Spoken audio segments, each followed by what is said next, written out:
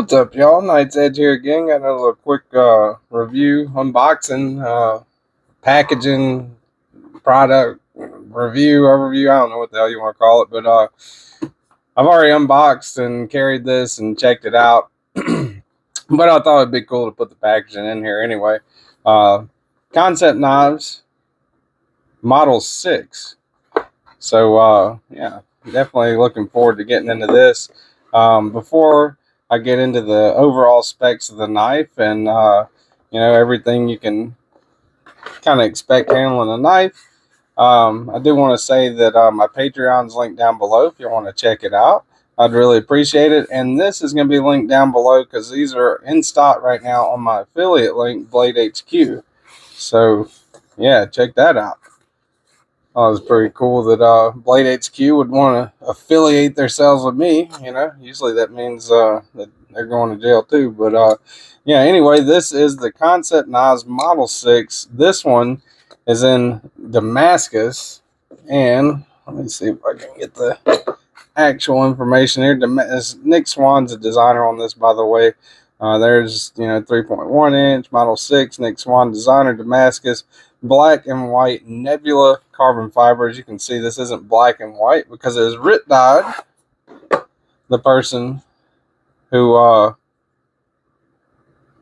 you could probably guess by that, let me borrow it. Lanyard man, Stephen Weigel, shout out to him, and Dominic, appreciate it. Let me hold on to this for a little bit. I've definitely loved my time with it so far. It's a great knife.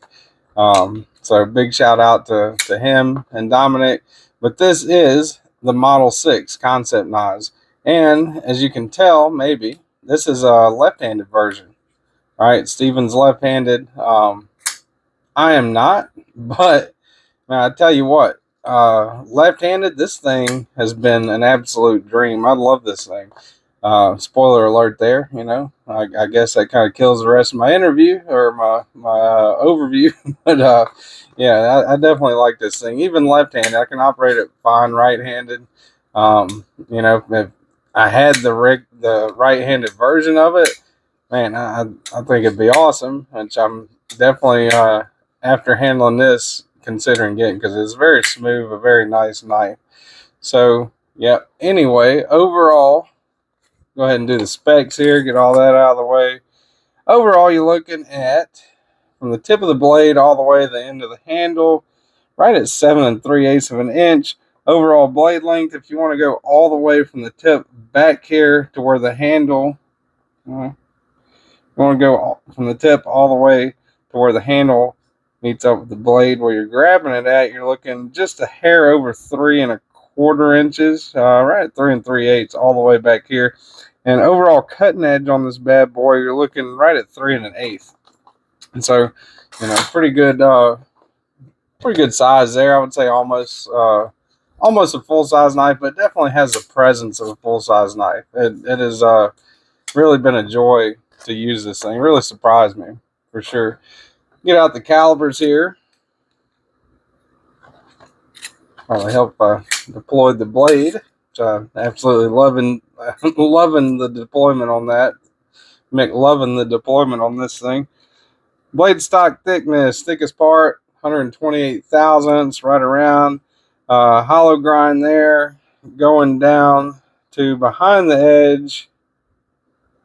Let's see. Make sure I'm getting it on the right part.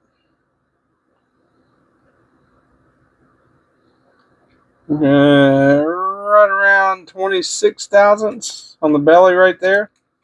Not especially thin and slicey by any means, but definitely not the thickest I've ever handled. Giggity. So just under, I'll go back to that. Just under 1/2 inch with those writ dyed nebula carbon, or black and white nebula carbon fiber writ dyed blue. Custom, I guess, is what you would call that, scales there. Now let me get out a piece of paper.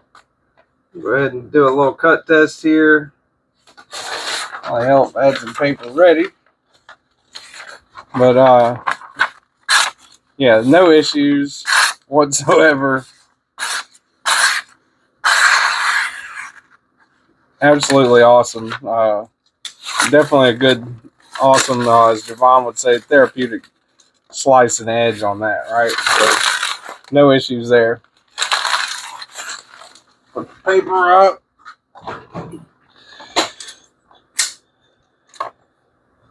Now, let's get out size comparisons. Ontario knives. Rat Model 1. Now, I like to use the same ones in case anybody cares on this channel all the time. Just to, I think it would do, I think it's a good, it sets a good base, right? So if I review a big ass knife like the Titano, or if I review a baby banner, if I kind of try to use the same size comparisons, it kind of gives everyone, a good idea of, what the hell is that? Of the sizes of the knives, the particular knives that I'm reviewing. So anyway, quit yakking about everything.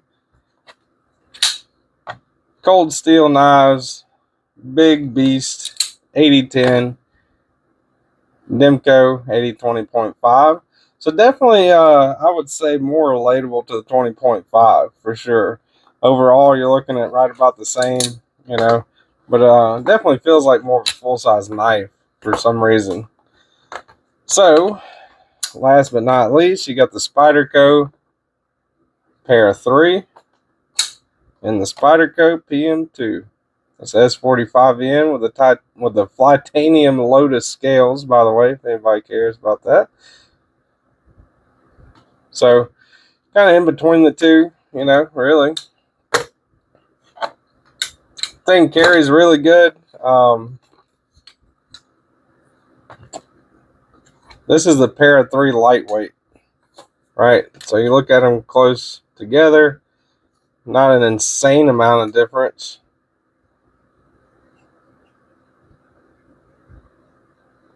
A little bit thicker than the pair of 3 lightweight, Definitely doesn't have that classic hump like the paramilitary series has, so that's a good thing. Not an awkward carry at all in the pocket. So, where's the scale at? Let me get the scale out. Acting like it's my first time doing this. All right, the scale out. 4.3 ounces. I'm trying to make sure I got a weight without the that. I'm gonna call it a lanyard bead just so I don't get flagged. But yeah, 4.5, 4.4, 4.4. So right around 4.5 ounces.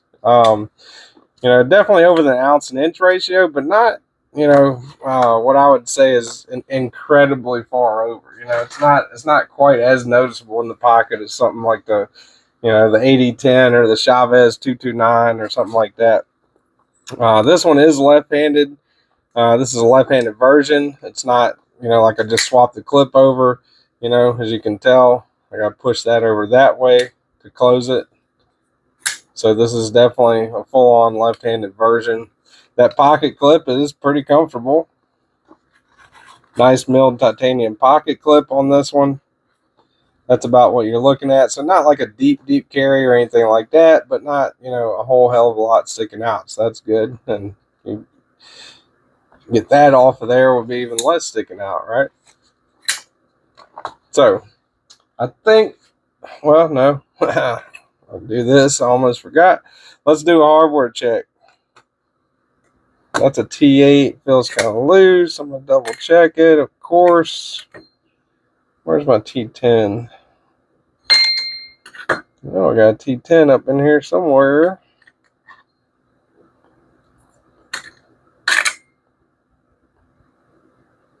Yeah, all right. So that's a T10. Yeah, so it's a T8. All right, so that's a T8. Not captive, so could be a little bit better. It's not captive.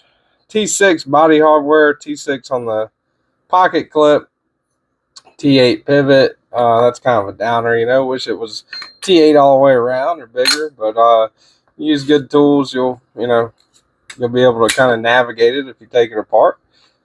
Now, this carbon fiber feels really nice in hand.